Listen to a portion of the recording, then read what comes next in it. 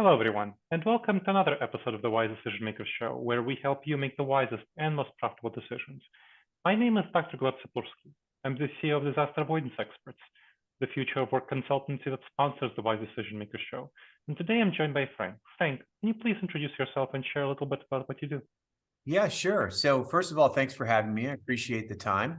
My name is Frank Weishaupt. I'm the CEO of a company called Owl Labs.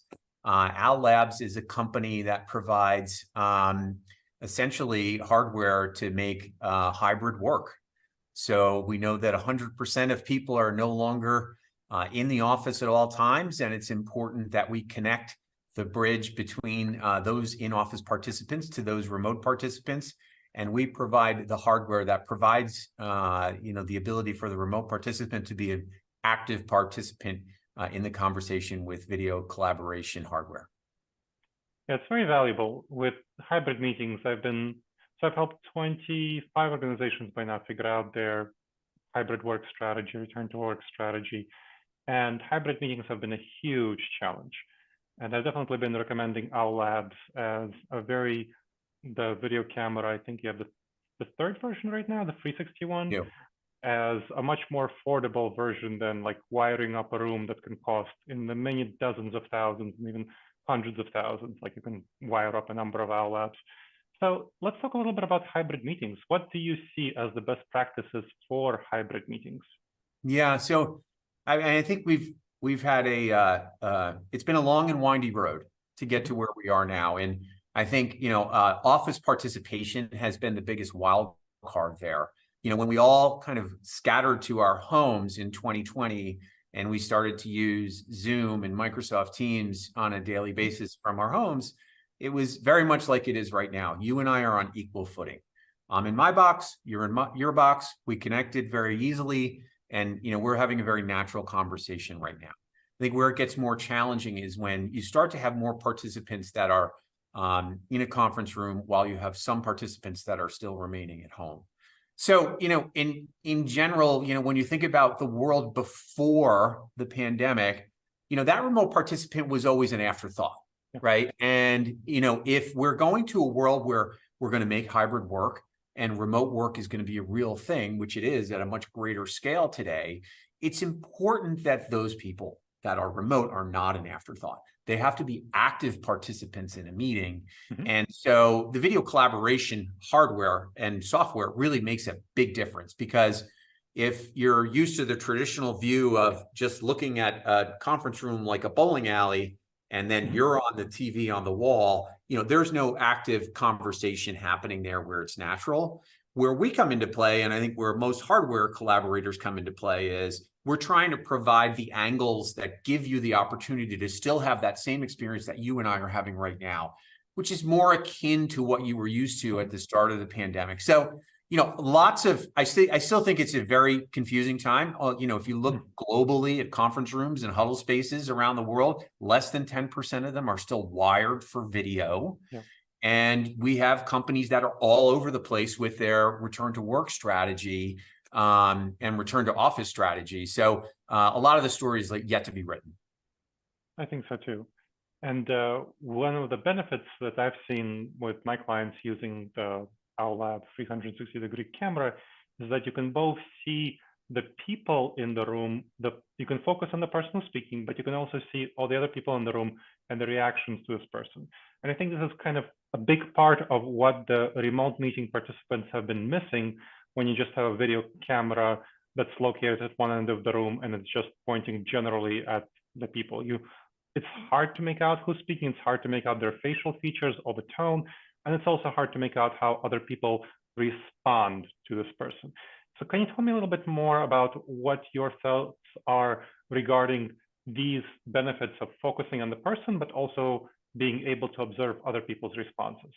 Yeah, so I think, when you look at the history of Owl Labs, the one thing that we've always been, our flagship product is the Meeting Owl. And one thing that we've always made sure that we gave is full perspective of the room. So we have a panoramic strip up top that shows the whole room, because without that perspective, I think you lose a lot of the pieces of it. We have a saying at Owl, which is, every room needs to be wired for video and every angle needs to be covered. So we actually recently released a front of the room bar that wirelessly pairs to the center of the table, because if you happen to be not facing the television and all of a sudden you're seeing me like this, then you're not an active participant. So what we're trying to do is really cover the room with the ability to give the angle that you are able to really not only hear me effectively, but see me effectively, and really be able to kind of read me almost as though you are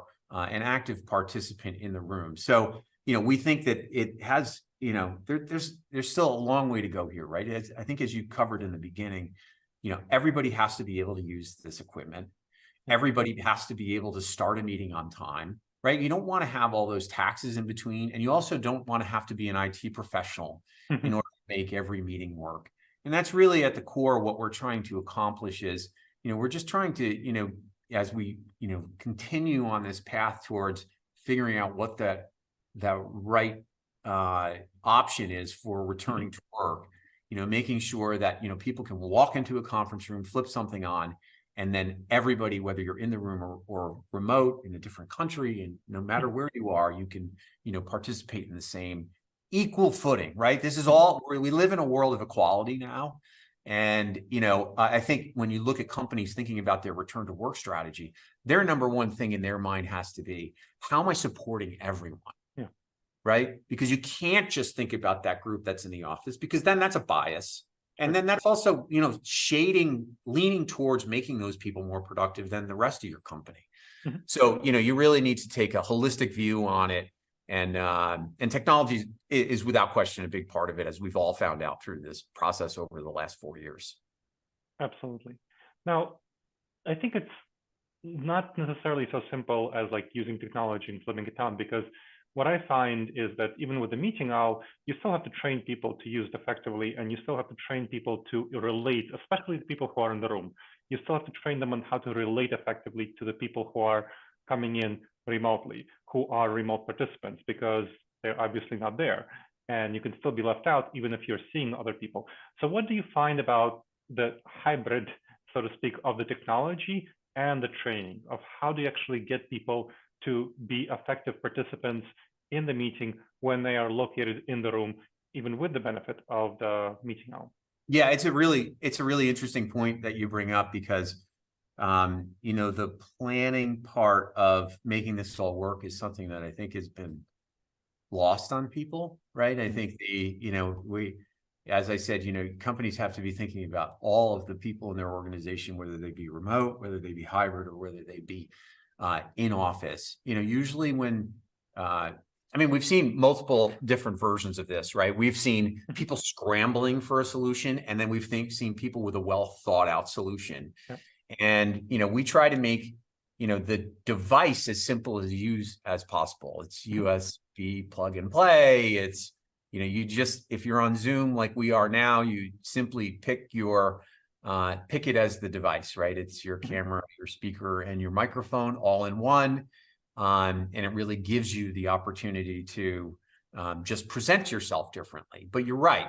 There's taxes that come with everything, which is, if you walked into the room for the first time as an employee, it may be fine for me who's planning this for my organization. But if you walk in the first time as an employee, it can be intimidating. Sure. You don't know if you're plugging in USB-C and your entire screen is going to be up there, or, there might be other vulnerabilities that you're bringing to the organization. So, we certainly consider ours to be something that can be set up without the help of IT. But you still need to train your organization on not only why you're using this technology, but why it's important that the technology be used to enable the value for those remote participants. Because, I remember, back, as you say, back in the day, really mean pre-2020. Yeah. But, if you had technology issues, you would abandon the remote people completely. Right. And, we just don't live in that world anymore. Right. Everybody needs to be a part of every conversation, if you're invited to the table. And, ease of use technology is an important part of it. And, we kind of put ourselves in that category on the easy side, but the organizations still need to invest. They do. And what I've been finding is that the most resistance tends to come from people in managerial positions. And I think because they've been successful in the company for 20, 30 years and been leadership executive positions, so that tends to be really challenging. So when like I said, I consult, and so I come into the company for important meetings, like fly in, but most of my meetings I'm present virtually with a leader, with the board in the boardroom, and lots of leaders don't really know how to use the tech very well, and so it's a kind of a, I think, much less so than a lot of their staffers. And they're kind of embarrassed, I think, to also get IT support for helping them with using tech. So that, I think, is a challenge. And I think even looking at all of these return to office mandates, a significant proportion of them is because leaders aren't comfortable with remote interactions. They really want people in the office. They're comfortable with management by walking around and seeing people and having this visibility. So what are your thoughts about the leadership, top level, mid-level manager resistance to using technology for remote interactions? And what do you think will happen there? Yeah, I think, if you actually look at our buying history, like where we sort of grew up and really became valuable was within that. I wouldn't call it that upper level management, but I would call it department heads.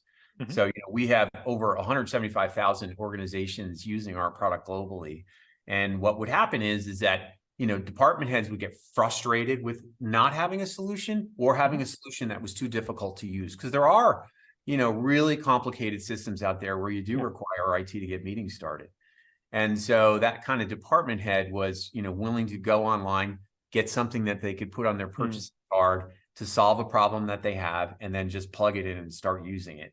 I think you have, you bring up a lot of good points as it relates to upper management. You bring up a lot of good points as it relates to in-office participation, which is, these constant reminders of in the news about companies that are kind of mandating a return to office. And, I think people need to, at the upper management level, need to really understand, first of all, why they're doing that. And then second, how they're going to bridge the gap for those days where that's not the case, right? It seems to be the executive leadership at companies are falling into this pattern of Tuesday through Thursday in the office and Monday and Friday at home. Does that mean that you trust your employees more on Mondays and Fridays than you do on Tuesday through Thursday? I think we have a little bit of friction of trust between leadership and employees. And we actually do this state of remote work every year as a report where we interview thousands of employees and get their perspectives on things, and people are willing to take a pay cut for flexibility. So they're going to want flexibility. If you're a company that's going to do well, you're going to need to provide flexibility. And then in order to bridge the gap and maintain productivity, you're going to have to adopt technology. And I think people are searching for answers there. And I do think that, listen, executive leadership, if you get in a meeting with 20 people and you're the CEO of the company, you don't want to look foolish and not be able to use the technology. Right. So, but people have to let their vulnerabilities go here, because we are in a new era. I mean, these are 10 years ago. I don't think you and I would have sat here and said we'd be having this discussion today about this, the return to office mandates, the productivity of employees that are home, and the fact that people still want that flexibility, because, we're now in an era of task-based work, right? I do not need to go to a traditional office from 8 to 6 to prove my value. I need to go into the office when there are tasks in the office that are supported by that environment. Right? If I am working on a presentation by myself tomorrow, I don't need to drive 2 hours to get into an office and spend another $50 out of my pocket versus, being able to do that work at home. So there's just I think your original question kind of spoke to how do leaders adopt technology, but I think it's a much greater story here where we need to answer a lot of questions. Yeah, no, and I think that makes the future really an interesting dynamic. What do you think will happen in the future with these return to office mandates as we wrap up the conversation? Yeah, to me, this is Owl Labs is a company that has we've been remote from the beginning, so we're willing to hire employees that can do the job no matter where they are.